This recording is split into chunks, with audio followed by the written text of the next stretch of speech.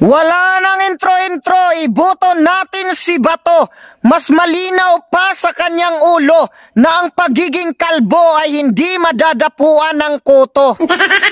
Alam nyo, ang taong ito ay hindi natitinag kaya idol ko to. Sa lahat ng bato, siya lang ang galit sa bato. Siya lang ang may paninindigan sa lahat ng kalbo. Hindi bumabaliktad, hampasin mo man ang tubo. Hindi natatakot kahit magkaigit-igit at magkaubo-ubo. Willing daw siya magpakamatay sa West Philippine Sea kapag sasabihan siya na pro-China. Ngayon, sinasabi ng mga basher, o sige, magpakamatay ka na. Hindi siya pumayag kasi dapat daw kasama yung mga basher niya. Iboto natin si Bato sa Senado, kakampi ng mga disiplinado, kaaway ng mga tarantado. Kapag siya ang nanalo, maiiwasan natin ang gulo. Dahil kapag lumusot ang alyansa ng Pangulo, i-impeach si Sara para hindi na makatakbo. Kaya dadami na naman ang mga adik sa shabu. Pero kapag siya ay natalo, dadami na naman ang mga bandido, pati na ang mga kurakot sa pundo. Vote straight tayo, PDP sa Senado. Huwag kayo maniniwala sa mga troll vlogger sa kabilang partido. Hindi porket sikat sila, sila na ang nagsasabi ng totoo. Istok nyo yung mga nagre-react sa kanila, mga taga-Vietnam, hindi mga Pilipino. Ang tawag dyan, mga plastic na tao. Kunyari, mabait, pero kapag binatikos, ikaw ay ipapaaresto. Hindi katulad ng mga Duterte, kahit awayin mo, ipagtatanggol ka pa rin ng mga to. Oo, masakit magsalita pero may malasakit sa mga Pilipino. Kaya huwag kayong maniniwala sa mga matatamis magsalita. Pero sunod-sunod naman ang mga napapahamak sa balita. Kaya mas mabuti pa ang leadership ni Duterte, takotin na lang para matigil ang kriminalidad sa bansa.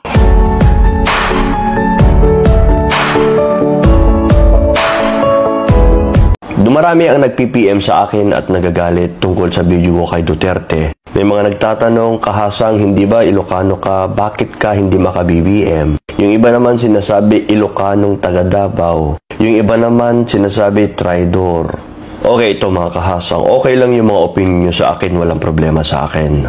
Tinatanggap ko yon kasi nagbibigay rin ako ng sarili kong opinion. Pero bago ko simulan ang aking kwento, may tanong ako sa inyo. Correct me if I'm wrong, pero halos 90% naman ng mga bumoto kay BBM ay bumoto rin kay Duterte. Kaya nga, unity team ang tawag, hindi ba? So, iisa lang naman dati yan magkakampi naman di ba?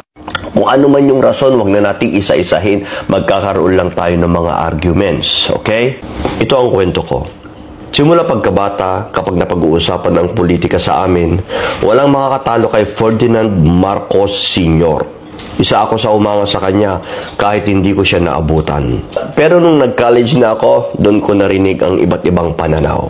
Lalo na ang mga aktivista.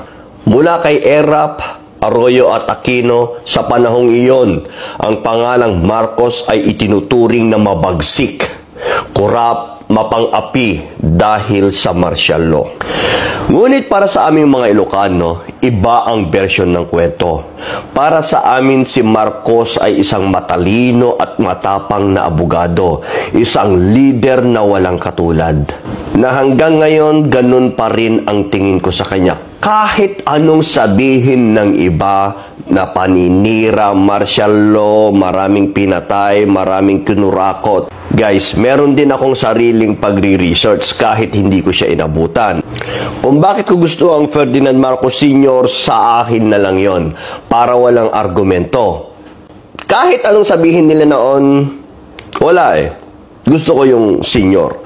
Noon pa man, sinabi ko sa sarili ko na someday may tatayong Marcos ulit para linisin ang pangalan ni Ferdinand Marcos Sr. at yung pamilya nila. At dumating nga ang araw na yon, naging senador si BBM. At bilang taga-Norte, naniniwala ako na siya ang muling magbabangon sa pangalan ng mga Marcos.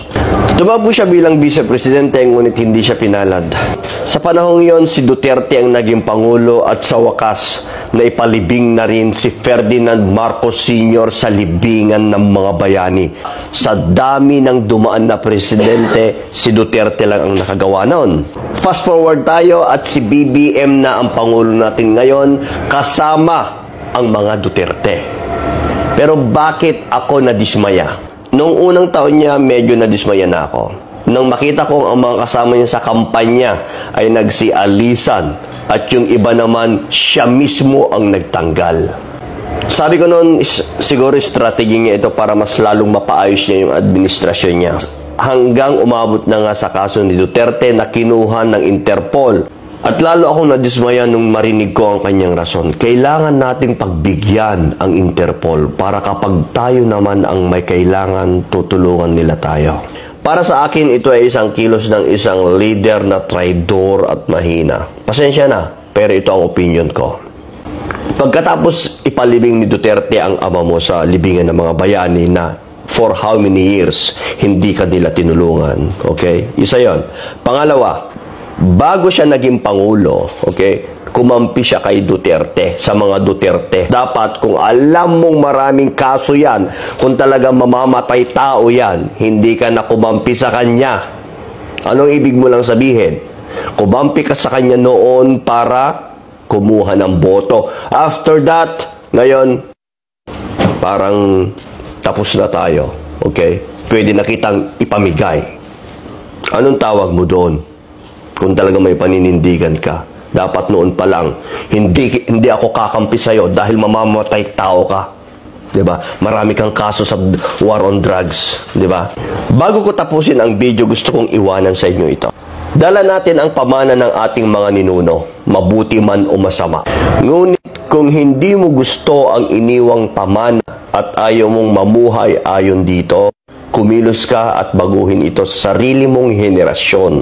Kakabsat kong gagayem, meron tayong kanya-kanyang opinion. Okay? Paniwalaan nyo ang gusto nyo at paniwalaan ko yung gusto ko. Hindi ibig sabihin na I'm from the North, wala na akong karapatan na suportahan si Duterte. Hanggang sa susunod, boom boom boom boom. Crimes against humanity over his deadly war on drug. Kung matibay ang ebidensya, bakit ka papayag na dalhin pa sa ICC? Napaka-weak naman ng leadership kung ganon. Alam nating lahat na may mga nabiktima ng EJK sa panahon ni Duterte. Pero sa tingin nyo ba gusto niya yon? Sa tingin nyo ba okay lang sa kanya na patayin ng mga pulis ang mga inosente? Oo, may ilang pulis na naging abusado dahil sa mga pahayag niya tulad ng kill them all. At if you kill a criminal, I will protect you. Na maaari na abuso ng ilang law enforcers na dapat silang panagutin. Maging loyal tayo sa Pilipinas, hindi sa mga tao. Binoto ko si Duterte noon, binoto ko rin si Marcos. Meron akong gusto sa kanilang dalawa, pero kung sa tingin natin mali ang ginagawa nila, mag-ingay tayo. Sa kabuuan, hindi ko gusto si Duterte dahil sa pagiging malapit niya sa China, sa mga questionable transaction at sa mga alegasyon ng korupsyon sa panahon niya. Ngunit, nakita ko sa kanya ang isang strongman leader, mabilis umaksyon, matapang at walang kinikilingan. Aminin natin na bawasan ang krimen noong panahon niya. Takot ang mga politiko sa mga pagkakamali dahil sa posibilidad na parusa. Napilitan ang mga tao na sumunod dahil sa mahigpit na pagpapatupad ng batas. Samantalang ang estilo ni Bongbong Marcos na nagustuhan din ng mga tao, democratic leadership. Disiplina sa pamamagitan ng edukasyon at economic stability. Ano ang mga benepisyo? Hindi nakasalalay sa takot, kundi sa tamang kaalaman at responsibilidad. Mas sustainable at pangmatagalang solusyon, hindi naapakan ang karapatan ng mga tao. Pero mabagal ang epekto. Nangailangan ng maraming resources. Kailangan ng epektibong polisiya at leader na may political will. Mahirap ipatupad kung kulang ang enforcement ng batas. Si Duterte ay mas agresibo at brutal sa kanyang estilo ng pamamahala, habang si BBM ay mas banayad ngunit may kontrobersya sa disinformation at historical revisionism. Mas gusto ni Duterte ang kamay na bakal, habang si BBM ay mas nakatuon sa diplomasya at pagpapabango ng imahe ng kanyang pamilya. Kayo, ano sa tingin nyo ang mas epektibo?